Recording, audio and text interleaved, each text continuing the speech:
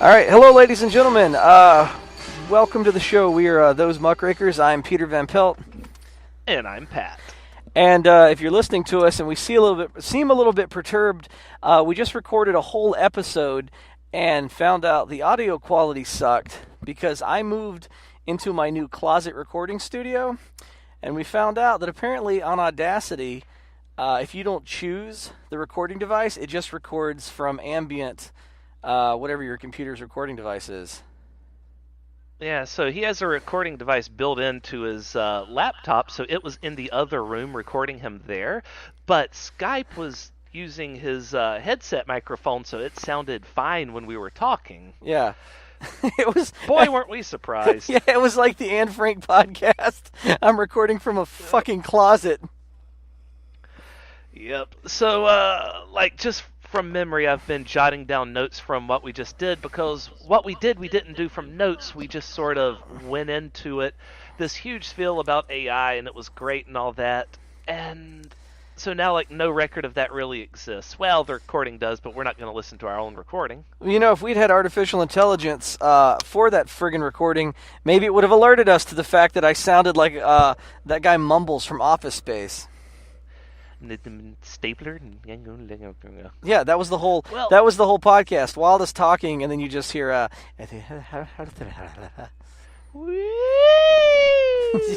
yeah, and then the sirens.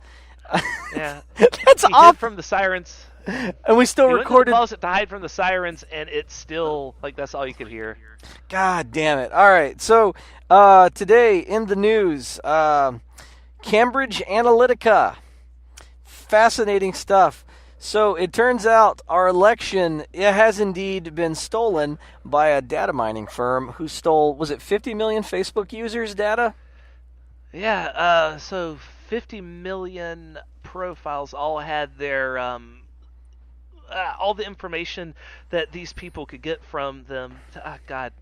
See, I've already explained all this, and now it's like my brain doesn't want to work anymore. It's like, it's time for sleep now, right? Well, I'm like, no, I got to do it again. A point I wanted to make is, so all those surveys you fill out when it's just like, which crayon are you? Which Game of Thrones character would you be? Yeah, like, if you were in The Walking Dead, how likely would you be to survive? Well, I like beans, and I like this and that. It's like, okay, those surveys that you used to fill out they were able to use that information to create psychological profiles of you, and also once you agreed to them, they gained access to all of your friends' data because Facebook gave them permission to do that, but they just didn't think that they would use all the permissions that they were given, and it did go to an illegal level of data pilfering, because it was able to create an amazing psychological profile of of you and all of your friends based on stuff you've liked. Not just these surveys, but also stuff you've liked, stuff you look at, stuff you commonly click on. It's able to look at all that and determine what type of person you are.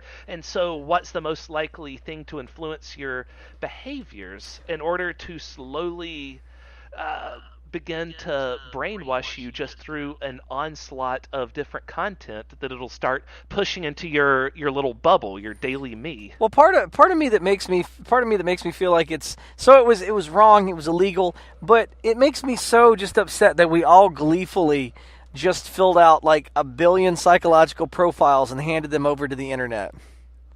Yeah. Yeah, we were just God, my God. We played right into their hands. And this Cambridge Analytica, if you don't know, it's a company owned by Steve Bannon. They stole all this data back in 2015, and then they were able to use it to help the Russians target people with their propaganda to influence people's decision-making during the 2016 election. And old Mark Zuckerberg. And now here we are. Old Mark Zuckerberg came out with an apology, and he's like, I've let the Facebook users down, and we are doing everything in our power to investigate and da-da-da-da-da. And it's like, dude, you didn't let down Facebook users. You hastened the end of the world, you asshole. Yep. It's like the end of the world is not going to be pretty. It's going to be Trump's face on the TV saying, you know what? China's made me mad. They responded to our tariffs, our new tariffs, very poorly. They did not tell me that I was a genius for doing it, so we're going to nuke them. And then the nukes fly and we all die. At a time in which Metropolis needs Superman, everyone's like, what's that in the sky? Is it a bird? Is it a plane? It's just a dog turd. It's Bernie Sanders taking the public bus. I really hate you and Bernie Sanders and the public bus. I don't care if Bernie Sanders takes the public bus. I do not care. The public bus, unlike the millionaires and billionaires. I don't. Actually, speaking of impressions, right before this podcast, I was catching up on Our Cartoon President. Again, stuff that I hate. Everything It's another way that technology can actually manipulate us, because if you watch that show enough, it really does soften your image of the president, because he goes from being the dangerous orange lunatic that he actually is to a more sympathetic, lovable, dumb father figure who's just trying to make America great again. That's why TV's not real. That's why TV's not real. You know what was really fun and enjoyable about watching Family Matters? Steve Urkel? Not seeing Carl in the hospital with multiple lacerations and fractures when Steve injured him with some invention. Go home, go home, go home. Because I don't have to take this. Or I'm going home. Like that thing. It comes out every couple of years. You see it. So they take doctors, and these doctors watch Home Alone. And they talk about the horrific injuries and the likely results that would have happened to those guys in real life. That's what's fun about TV. You burn off the top of someone's head, and they just go, ooh! They don't... Yeah, consequence-free violence. Yeah, they don't die. And the thing is, we have our cartoon. You see all these friggin' memes that are just like, it's like Trump in a muscle car. You know what I mean? With like a bald eagle in the passenger seat. And it's just like, America! And it's like, yeah, that's real fun, but that in no way reflects reality. He's scared of bald eagles, and they hate him. Yeah. And so all these different things we see on TV and start to think that this could be true, and we see these memes and all this other stuff all coalesces together to form a truly fake world that people can use to start thinking things like this current president is anything other than the clear and present danger that he actually is in all reality, because he is really, really not smart. Well, it's not just that he's smart or he's not smart. It's that the people that surround him are operating in enablers. They're enablers, and they're operating in a carte blanche, and they're operating in such a way that they want to be close to power. They don't care who owns it. So the Cambridge Analytica thing, so they stole a whole bunch of data, right? So what's also interesting about that is in, I believe, New Mexico recently, a self-driving car hit and killed a woman. Yes. I was waiting for you to, I don't know, like a studio. I thought you were going into the story. Yeah, I can pick it up. Like a studio. Tying what we were saying about Cambridge Analytica to this car thing is because Cambridge is able to look at how people act and predict their behaviors to such a degree that they were able to extremely accurately predict the results of the election from district to district before the results had come in. Like, that's how incredibly accurate they were. And we're going to need... And that is disgusting, because we could be using this data for good. Like, what if Cambridge Analytica were able to use that to slowly suggest to people that they should maybe eat more healthy? Well, maybe they should get out for a jog every now and then. Maybe be kind to some... They could be doing this for good instead of evil. And speaking of doing stuff for good and evil, artificial intelligence is going to kill us all. Case in point, this car running down this lady. Well, here's what I like to hope that happened. So the whole story was, it was a self-driving car. It had a passenger in it that could have taken over at any time. The passenger apparently did nothing. The lady was not in the crosswalk. So two people had to mess up to make this car kill someone. And everyone's like, well, why didn't the car avoid her? Why didn't she use a crosswalk? Why didn't the other guy in the car that was behind the wheel go, ah? So, because if the car had swerved to avoid her, it might have plowed through like 5 other people. Like, because might be looking at where everyone is, so it has to make the decision: who's it going to kill? One person, two people, five people, Well, the passenger. So that brings up the really interesting philosophical thing we were talking about. I think right, it's, the trolley paradox. So the trolley paradox states, or the trolley conundrum. The trolley. I don't know what it I is. like the trolley conundrum because that sounds like an episode of Thomas the Tank Engine. Because I don't think that it's it is a paradox, but it is like a good question to ask people to see how they would respond to different situations. So it determines on if it's usually used to determine if someone will work for the greater good, or if they would just do no harm, or where people fall. And we have to be able to answer this for artificial intelligence before we can really just let AI-controlled cars out there in mass. Well, we have to have a philosophy that we have determined they will follow. Right. Well, the trolley conundrum says that if you're on a bridge over like there's two scenarios. The one I like is the bridge one. If you're on a bridge and there's a train barreling out of control and it's going to crash and kill a bunch of people, and there's like a real fat guy, and if you push him over the bridge, he will hit the train and stop it before it kills all those people. Would you push him? Would you push him? I wouldn't, no. That's the second scenario. The first scenario says, there's a trolley that's going out of control. It's headed straight towards 5 workers, and it's going to plow straight through and kill all of them. And you see the switch to change its tracks. If you pull that switch, the train will change tracks and go towards one person. So if you pull this switch, that person over there who would have lived is now going to be killed by this train. You would have killed that person, but you would have saved those 5 people it's headed towards right now. Yeah. If you pull the switch. That's a far more impersonal question. You're not interacting with any people. You're just pulling a switch or you're not pulling a switch. And it seems like usually what people will pick in this situation is to go ahead and pull the lever and save the 5 people and condemn the 1 person. But in what's called the fat guy scenario, I don't know who came up with this, but this is a real thing that people actually do in psychological profiles. They like push when Cambridge Analytica did. They push fat guys off. They push actual. No, they ask people this question. I like it better Yeah, that so they're you're like up. they have a class and there's one real fat guy and they like push him off a bridge and that's the class. And so the second one, usually people will not push the guy because at this point you're just directly murdering a person. Yeah. And again, keep in mind it's a hypothetical, so you can't be like, well, how do I know that it'll stop the train? Well, you just know that it will in this hypothetical scenario. And see, I wouldn't do either because I don't think that like me committing murder, and that's a really hard one because like in a zombie apocalypse I'd be killing people left and right. But in that scenario, And I still feel like that you are killing people. Like you say that you're not killing people, but I feel like your inaction is the action you have chosen to take. I think the only way to really settle this is to go back in time with a gun and decide if you would shoot baby Hitler or not. I mean, I would say yes, but that's like a political stance these days. 'Cause then people would be like, well, what about? Yeah. So, You're discriminating against Nazis.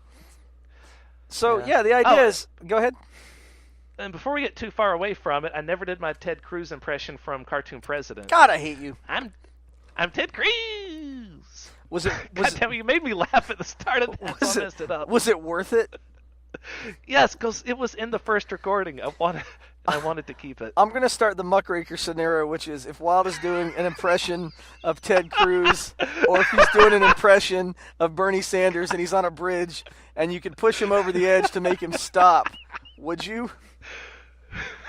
Because right now, you're changing my answer. I think I would push you in front of a train. But that wouldn't stop the train. I'm not big enough. I know, but it would stop the impression, and that's kind of what I'm after. So, the idea is we have to program self-driving vehicles. Would a vehicle swerve to save the lives of 5 people killing the driver, or would it save the driver at all costs? Now, my take on that is if I'm in an AI-controlled car, I would want my AI to be Monica. Just Monica. Explain to us again who Monica was. Monica is a character. Now, this is actually a spoiler for a video game, but she's a character in a game called DDLC, Doki Doki Literature Club, who is willing to murder every single person on Earth just to keep you alive. And so my take on this is my ideal car would be controlled by someone just like her, or just, export her data up into the car and make sure that it is willing to take out every person on Earth to keep me safe. If that's what's required. I mean, it's not just going to be like a bloodthirsty car like Christine. It's still going to try to keep everyone alive, but, push comes to shove. The fat guy's getting shoved by this car to save me. But I feel like in that scenario, everyone else has that technology too, so there's just a bunch of cars in like a Highlander type scenario trying to kill all the other drivers. Oh, there can be only one. May it be just Monica. There can be only one. Yeah, so that's a big thing about that we wanted to talk about today, the specifics of artificial intelligence. Now, I did a bunch of reading about this, and it's fascinating. There are two kinds of artificial intelligence. There's the kind of artificial intelligence that does one job really, really well, or there's the second kind that you teach how to learn, and it can do all jobs. And that's what Bill Gates and the late Stephen Hawking and Elon Musk and all them, they're terrified. They think it's going to destroy us if artificial intelligence takes off and begins evolving and learning at a rapid rate. And I actually have a couple examples of that I have personally just found interesting. I heard about them. I watched... Are they all fucking Ted Cruz impressions? Because if they are, I'd rather not. One of them's a Jeff Sessions impression. Oh my god. All right. Carry on. Carry on with the impression? Yeah, right. You might as well. So Trump comes into the room and he's like, "Oh my god, it's so dull in here. What happened? Did Jeff Sessions die?" And he's like, "I'm not dead yet. I've got a lot more work to do." And he's like a little short gnome. Like I said, Jeff Sessions is like he's possessed by the spirit of the 1950s. He doesn't understand. He doesn't understand why all these black people are so riled up. He thinks that marijuana and jazz musicians are the greatest threat to white women and the world.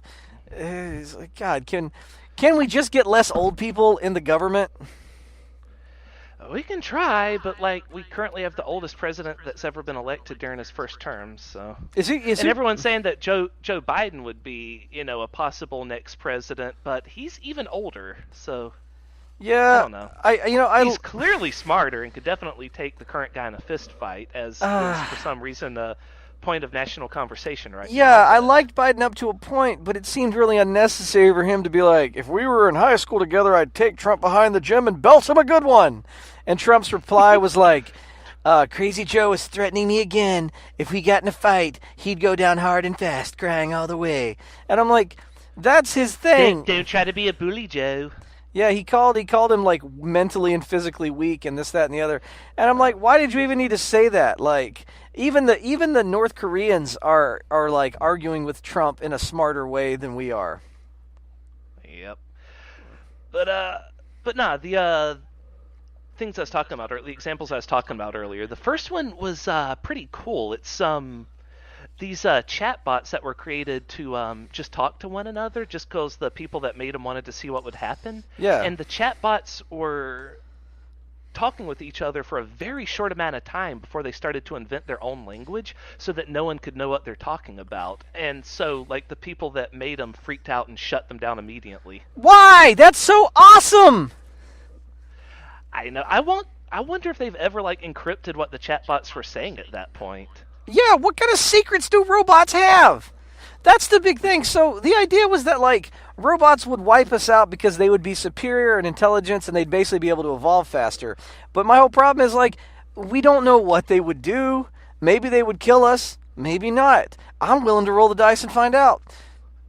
Yeah, I mean, that's what they did with the atomic bomb. Whenever they first finished the calculations of it, the person who made it could not say with absolute certainty that the explosion wouldn't set off a chain reaction that would set all of Earth's atmosphere on fire forever. So when the bomb went off, they're like, I guess we're not all going to die. That's what we need. We need those 1940s type scientists that also had Nazi connections that were just willing to roll the dice on world destruction. Because here's the thing, we're going to kill ourselves. We're at a point now where the Earth is going to become uninhabitable. You already see it happening in places like Yemen and these places where you're having huge people are dying of cholera. That's some Little House on the Prairie shit right there. And we're already up to 2 billion people without access to clean drinking water.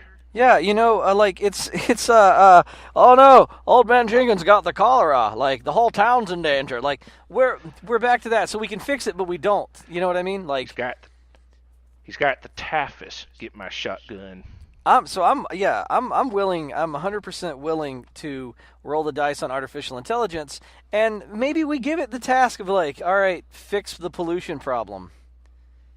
Without, we got to add without the gray matter scenario. Yeah, so the gray matter scenario is one of my favorites. I learned about it a long time ago. The gray matter scenario basically says we create self-replicating, self-healing nanobots, and we program them, and we're like, hey, nanobots, clean up an oil spill. And they go, will do.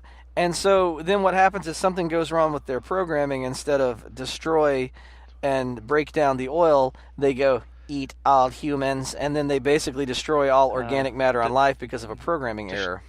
Destroy everything with carbon in it on Earth. Yeah. And then we just all get eaten, and that's the end. But that's a Type 1 robot. The other Type 2 robot that I saw, which was very interesting. This is one that's actually existed. You can look it up and see footage of it playing video games. Is an AI designed to play video games, and it could do so in ways that humans can't, or normally humans can't. There's some speedrunners that can, with tens of thousands of attempts, replicate some of what it did in Mario Brothers, but just straight out the gate, it's able to do stuff in the first Super Mario Brothers game that a lot of people didn't even know was possible, just because it could read exactly how the game interacted with itself, and it could behave accordingly. Like, for instance, everything Mario and every enemy has hitboxes, and what happens when those hitboxes overlap is determined by the direction the hitboxes are moving. So normally you think of Mario defeating enemies by jumping on their heads, but that's not how the game actually calculates whether he defeats an enemy or not. It's which direction his hitbox is moving when it comes in contact with an enemy hitbox. If his hitbox is moving downward, he will kill it even if it lands on him. If he's moving down when an enemy lands on him, he squishes it. If he runs directly into it, but his hitbox moves down even a pixel, he squishes it. So the bot was able to do micro jumps to kill enemies by seemingly running straight into them, and in such a manner was able to play the game in ways that no human could manage to play it. That's friggin' awesome. Normally. That's friggin' awesome. But my favorite part was whenever it was set down at a game of Tetris, and it was told, that your goal here is not to lose. Do not lose no matter what.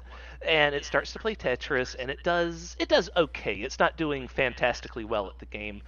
The blocks are coming down, they're landing, others coming down. It can disappear some of them, it can't others, and they all start to pile up. And before too long, it's piled all the way up to the top, and then the next to final block falls down. One more block, and it's game over. But before that, a heartbeat before the final block can go down and give it the game over screen, the bot pauses the game and leaves it paused forever. Cheeky bastard. Yep. It achieved its goal of never losing, because in that state it can never lose. Yeah, so it's why can't we be fix the environment, save the rhino? I mean, I guess because we're not quite there yet, because these are all done in simulation. But yeah, because we're dead. So the big thing that I've been reading about lately that bothers me is plastic straws. So plastic straws they're single-use plastic that is used once, goes straight into the environment, causes even more problems with plastic in the oceans. So we could just stop making plastic straws. They're friggin' useless. But we don't. Plastic straw industry is still strong. So yeah, I feel like maybe it'll be our distinction, but much like pushing the man off the bridge, continuing to move forward and develop AI, whether it may destroy us or not, is a risk, because us destroying ourselves is almost an absolute certainty at this point. Yeah. So are we going to go out really cool Terminator 2 way, or really lame Trump got upset because China didn't like his tariffs way? Because I'm just saying, if I get shot with a laser cannon, I'd much rather that than die starving, shitting myself to death, being I wish I had water that I hadn't pooped in. Yep. Because that's typhus. Yeah, because that's the end we're looking at. It's just the sad, starving, diseased end that we already see in other countries. And the problem is, we look at that oh, that could never happen here. Dude, Right now in my lessons, I'm teaching students about the Dust Bowl, and that's when all the dirt just straight up blew away into people's lungs. There's a thing called fourth world countries where the conditions of a third world country is present in first world countries, Yeah. and we have it in America. Like we have food deserts in America right now, which is defined as any place that's more than five within a city. It's more than 5 miles away from a place which you can get fresh food, Yeah. fresh fruit, and stuff like that. Well, I mean, like where my parents live in Georgia, they live in farmland and they can't get decent produce because all the farmland is producing like single cash crops. So like, Yeah, because it's all government subsidized. Because farming isn't a viable business anymore. yeah. So they live in like the backwoods of Georgia surrounded by farmland and they are basically in a food desert. They can't get fresh produce. Yep. Like that's insane. We could make this world a utopia, but we don't because of our own selfish, I guess, just general selfishness. And that's why we need robots. Like, man, God, bring on the AI. Like, And that's why we need robots to do all the shitty jobs for us. oh my To God. just completely take over the current work. Like we're losing our entire current workforce anyway. Let's just like pull the switch, have it all automated, because we're already seeing that anyway. The point I'm getting to here is that there's the basic cost of living idea, which is where everyone is just guaranteed basic income, but food and shelter, right? Yeah, universal income. Universal income. And this will be viable when robots do all the tasks that usually pay out the minimum wage, that give you just like the basic cost of living. When those jobs don't exist anymore, that's when we're going to need some way to keep everyone from starving to death. It's going to take a lot And because that's- people like it's going to take a lot because people right now like are yelling about how like we're We entitled. shouldn't even be we Yeah. shouldn't even be entitled to health care. It's like, well, you shouldn't be entitled to the freaking road you drive to work on. You shouldn't be entitled to police officers, to firefighters. Oh, you think you are? Well, maybe we should discuss what else we should be entitled to. Life, liberty, the pursuit of happiness. Well, life requires food and shelter, so that means doctors too. Yeah, Anyway, I'm just yeah. saying. But that's the problem. Is somebody described our current system of exponential growth. I take and that back. I'm not just saying. I truly believe it. But anyway. somebody described our exponential idea of just consumer growth, because that's what every company and that's what the system wants, is you need to show growth or else you're losing money. That system is basically how cancer works in its simplest form, is like unrestrained growth. You can't have that. Things need to wax and wane. They have to grow, and then they have to shrink. That's you can't see exponential growth because eventually you'll consume everything. And going back to all the jobs being replaced, like we just talked about in the last episode, all these tens of thousands of people that just lost jobs in the last week.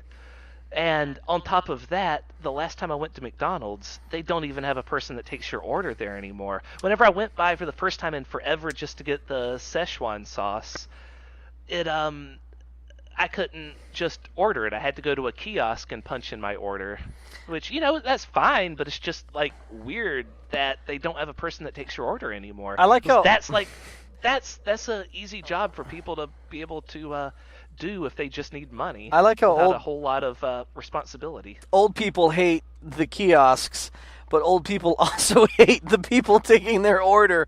Like I've seen so many times, they're just like, "Why don't you get you an education and get you a real job?" So there's That no is a fucking real job. yeah, but like there's such a I saw it a lot when they were pushing to raise the minimum wage. They'd be like, "You're telling me that a man that flips hamburgers deserves as much as a paramedic?"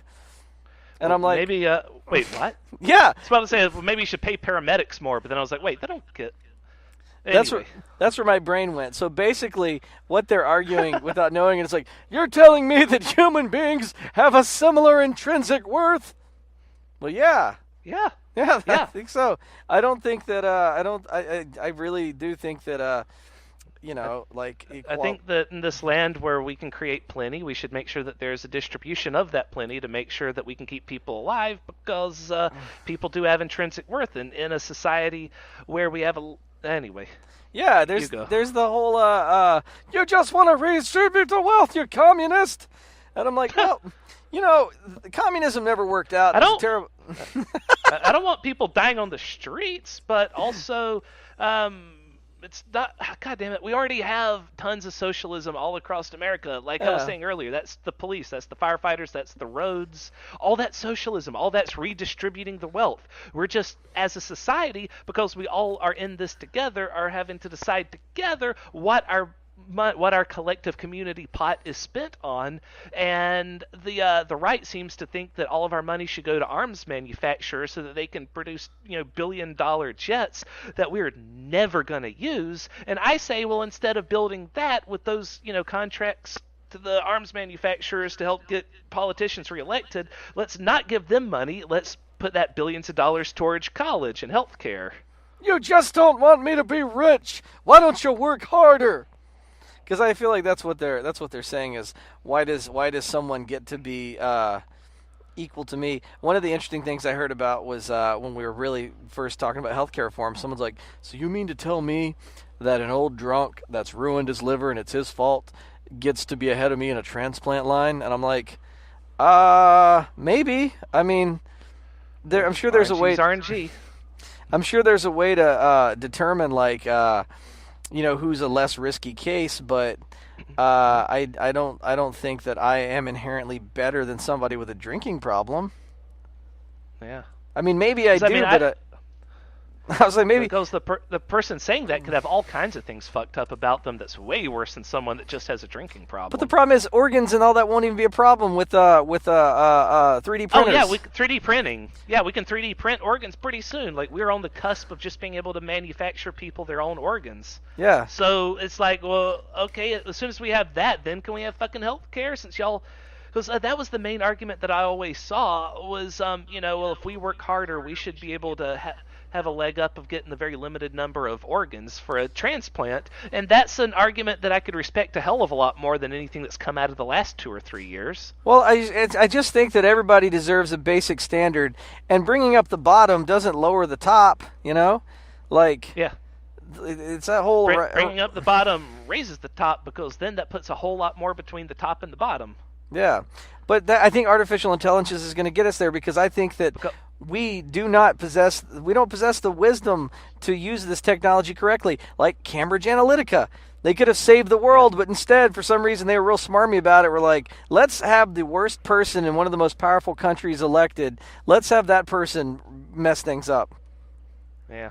I hope everybody at Cambridge Analytica gets cholera, and then typhus. Yep. You friggin' jerks. And then they have to ride the public bus with Yeah. Bernie Sanders. You gotta ride the public bus and wear a fucking diaper because you can't stop shitting yourself. And every time they look into the mirror in the dead of the night, just whenever they think that they're alone, they hear it right behind them. I'm Ted Cruz! God, I hate you. He'll always be right there to remind them. I just want them. I've had food poisoning a lot in my life because I'm what I like to call a risky eater. Yeah. And I've that, had it a few times, and I'm trying to avoid it. and again. that sometimes I'll just go into a 7-Eleven and eat the cheeseburger dog. So the thing about food poisoning is I used to clean the machines that they made that stuff on. Also, I used to make it on those machines. They're not very clean, Peter. I They're know. Not very clean. Well, evidenced by the many times I've gotten food poisoning. So here's the horrible thing about food poisoning is you can't trust farts. Yep. And that's what I want for the people at Cambridge Analytica. Just like They can never trust a fart again. Yeah, They just- have to hold their farts forever because each one could be their last. I want Or all of, at least the last that their current pair of pants could take. if I could make a deal with like a demon or a gypsy, I would be like, I want to curse them, all those responsible for this current problem. I want them to not be able to trust any bodily function because at any moment it could mean that they're shitting their pants. Yeah. Really bad sneeze. Yep. I want them to live in that kind of fear because I tell you, as a man who has had food poisoning and shit his pants once while looking into the mirror while combing his hair, I tell you, it's a feeling you don't soon forget. It's a type of slow dread and paranoia that takes a long time to get over. Yep. Just at any moment you could fill your own pants with poop and be like, Oh God, what do I do now? Fake news. Yeah, people are like, Peter, did you just shit your pants? Fake news. I didn't shit my pants. Okay. Nobody's better at holding their bowels than me. Everyone says so. Yep, strong bowels, incredibly stable bowels.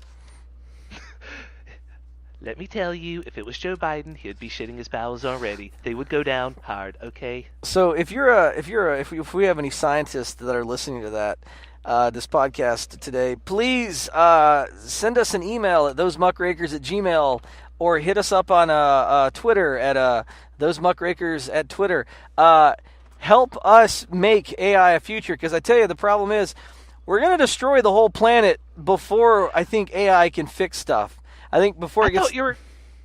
What? I thought you were going to ask scientists to like help us send cholera to the Cambridge Analytica people. No, please, any scientists that are out there. No. Because remember, we have our one rule on this podcast is to try to not make public, credible terroristic threats that can be used against us in a court of law. I said against Congress. But okay, I guess I can extend it to everyone. I mean, yeah, individuals in general, like, because that's... Because, Peter, every party needs a pooper. That's why we invited you, party pooper. Is that a song you made up or you heard? Because it's... Party pooper. I heard it. You were the worst kind of human being. Also... I'm very tired. We usually record this podcast like 6 hours earlier, but due to a series of unfortunate events, it's like the dead of the night now. I really do want you to just start singing that song whenever somebody's bothering you or whenever you're arguing with somebody at Politics Online when they're like, another thing, you liberals, and you're just like, you're such a party pooper. Party pooper. Every party needs a pooper. That's why we invited you, party pooper. Yeah, so I think that's gonna be it for this week. In all hopefulness, I will say one last thing before we go. That I do have a wonderful suggestion on how we should handle the Trump legacy. Is it going to involve another Bernie impression? It could if you would like, but this one does not. I would not like. Please go ahead. Just the thing is that. What bothers me the most about this is that Trump gets to be immortalized as our 45th president and become a staple part of American history. He is an avatar for you, listener, unless you're not from America. He is your avatar. And so that's why my suggestion is that we completely scrub him from the history books when he's hopefully removed by Mueller, or whatever happened. Maybe he just gets bored and wanders off. But when this is all over, I say that we as America treat Trump like the Romans treated their most hated emperors, and like how the news media occasionally tries to do with mass shooters, never saying the name again, rather they focus on the victims, such as... imagine if we did that with Trump. Like, instead of focusing on him, we focused on Puerto Rico. Imagine if we heard about Puerto Rico every day instead of Trump, how we'd be able to actually help the people that are still in need out there. Except we can't do that right now because that'd be like not talking about an ongoing hurricane. You need to let others know it's coming. But anyway, like I'm saying, like Rome did with their most hated emperors, we do everything we can to scrub his name from the history books and historical documents, and in their stead create a series of fables, cautionary tales along the vein of The Boy Who Cried Wolf. Let's call it Beware the Lying Pumpkin Man, about a racist pumpkin that wants to build a wall. Or we could actually repurpose Humpty Dumpty. But the point being is that these fables can serve as teaching tools to make sure that this never happens again. While at the same time scrubbing him from history. I think we should just do what the Irish do when they talk about the all the bombings and stuff between like Northern Ireland and England. They just call it the time of troubles or the troubles. I'm totally down for that. This is the time of troubles. That's all we're going to refer to this as. It's very... In like it's a very, couple months when he's gone. It's very Irish too, because it's completely repressing just that horrible time in which a bunch of people were bombed and there was sectarian violence. Instead of calling it that, you're just like, it was the troubles. We don't want to go back to that. Yes. Yep. Yeah, that's I'm down for that. Yep. I'm definitely down for oppression. Is there anything else you want to plug before we wrap this guy up? Yeah. I just recently revived an old radio show of mine called the Mrs. B Board Show, and you can see it at youtube.com/thriftingtonpost. New episodes are uploaded there every week. It's just like how this series gives you the liberal point of view, the Mrs. B Board Show will give you the conservative point of view of what's going on in the news today. It's pretty cool. It's an old lady that has a young man trapped in her radio station with her, and she it's a lot like the Colbert Show. She basically, like a lot of old conservators want to do, just tells you the her point of view, and it's really funny. I definitely suggest listening to it. Is it on our YouTube channel that this show is also found on? It is. So So if you're watching yeah. this on YouTube, the new episode should be right next to it. Yeah, and eventually we will also start releasing the Mrs. B Board Show on SoundCloud, iTunes, and all that as well. So keep an eye out for that when that finally goes up. And yeah, follow us on those Muckrakers at twitter.com. Follow us. Tweet at us, man. Come on, we need some people. Follow us and give us if you could follow us on iTunes, like subscribe and maybe give a little rating. Our deal is still on for anybody that subscribes and gives us a rating. We will say something really nice about you in the episode. And Peter, do you have anything coming up?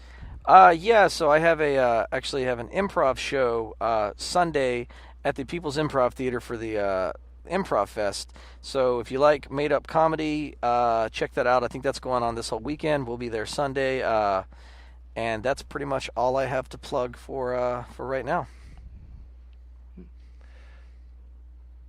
And yes, it was Will Smith in iRobot.